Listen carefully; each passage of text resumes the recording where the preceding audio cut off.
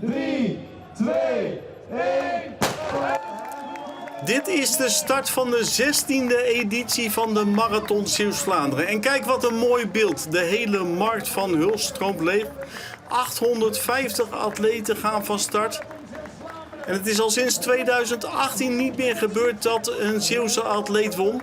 Maar nu zijn er allemaal Zeeuwse favorieten. En er vormt zich ook gelijk een kopgroep met alleen maar Zeeuwen.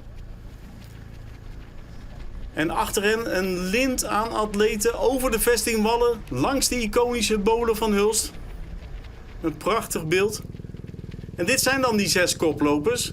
Met links voorin Johannes Gebrselassie, Peter Biewega naast hem, Huub van Noorden, Martijn Blommaert.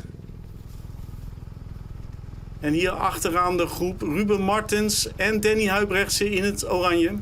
Hij won 3,5 jaar geleden de kustmarathon. En samen gaan ze goed samenwerkend door de Klinkse bossen. Een mooi gedeelte van het parcours. En dan bij Heikant besluit Gebrselassie er in zijn eentje vandoor te gaan. Hij heeft vorig jaar zijn debuut gemaakt op de marathonafstand. Dat deed hij in de kustmarathon. Hij liep toen 3 uur en 31 minuten. Het is dus nogal gedurfd wat hij doet. En de andere 5 die laten hem ook maar even gaan. Hier met Peter Biewega. Achteraan Ruben Martens.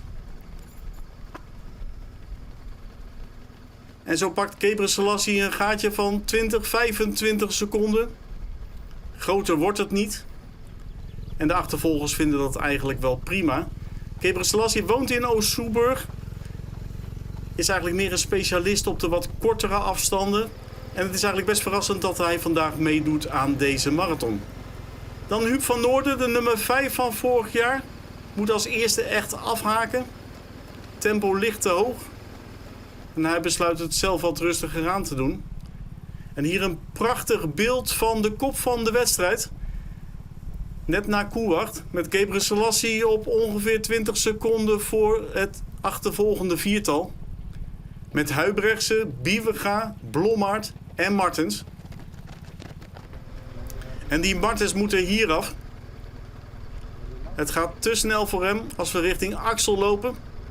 En vooraan komt Gebrselassie in beeld. Biewega en Blommaert hebben hem bijna bijgehaald. Hebben ze toch verstandig gelopen. En goed bedacht om Gebrselassie even te laten gaan. Biewega is al bij hem. Blommaert moet hier ook even passen. Maar het gaatje blijft klein. En hier staat Rens Maljers langs de lijn. Is geblesseerd, was de nummer 2 van vorig jaar en die verzorgt nu Martijn Blommaert. Zijn loopmaatjes. En Biewega die laat dan Gebrselassie achter zich. Het is eerst een meter.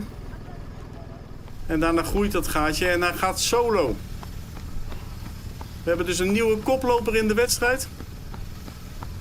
De huisarts uit Middelburg werd al eens tweede in de marathon van ZEEUWS-VLAANDEREN en wil nu zijn naam wel een keer op die erelijst hebben. En het gaat goed tot nu toe. Dit zijn dan nog de achtervolgers, Gebrselassie en Blommaert. Bijna bij elkaar bij de Axelse Kreek. En in de verte een blauw stipje en dat is Biewega. En Huibrechtse is de nummer 4, maar weet dat de overwinning nog steeds tot de mogelijkheden behoort.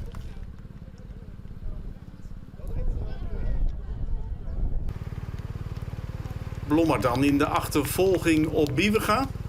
Heeft Gebrselassie achter zich gelaten.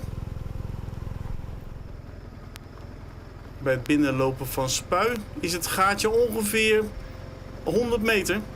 Blommaert kan zijn stadgenoot nog steeds zien. En dat is goed voor het moraal. Even de juiste kant opgestuurd.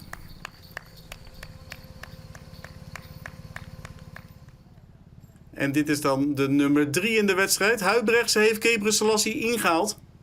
En het is ook nog 8 kilometer voor hem.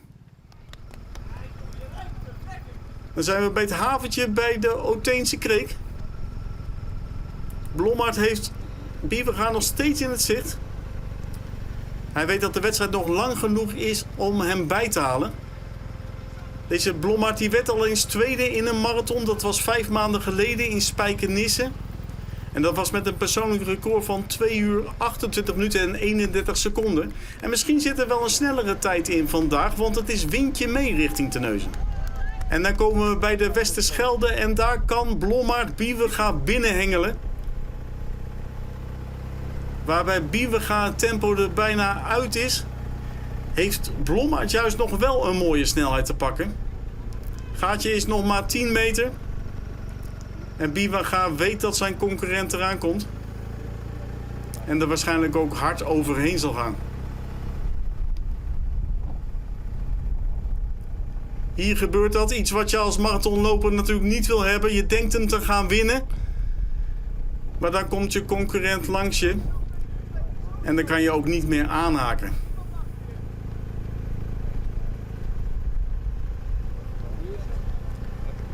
Blommaert loopt voor het González Running Team. En dat heeft een goede dag. Laatste aanmoedigingen hier. In de laatste kilometer. En dan weet hij dat hij gaat winnen.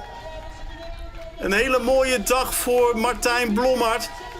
De basisschoolleraar uit Middelburg. Gaat hier een dik PR lopen. Haalt nog eens meer dan een halve minuut van zijn snelste tijd af. 55, een nieuw PR voor Martijn Blommaert. En die is natuurlijk helemaal kapot. En dit is de nummer 2, Peter Biewega. Loopt ook een persoonlijk record. Haalt daar ongeveer 5 minuten vanaf. En ook Danny Huibrechtse komt op het podium. Hij finisht op ruim 4 minuten van winnaar Martijn Blommaert. Ik kon niet harder voor mijn gevoel. Dus je probeert erbij, althans in het zicht te houden en te hopen dat hij wat inzakt. En af en toe kijk je achterom, maar op een gegeven moment, Danny zag ik niet meer.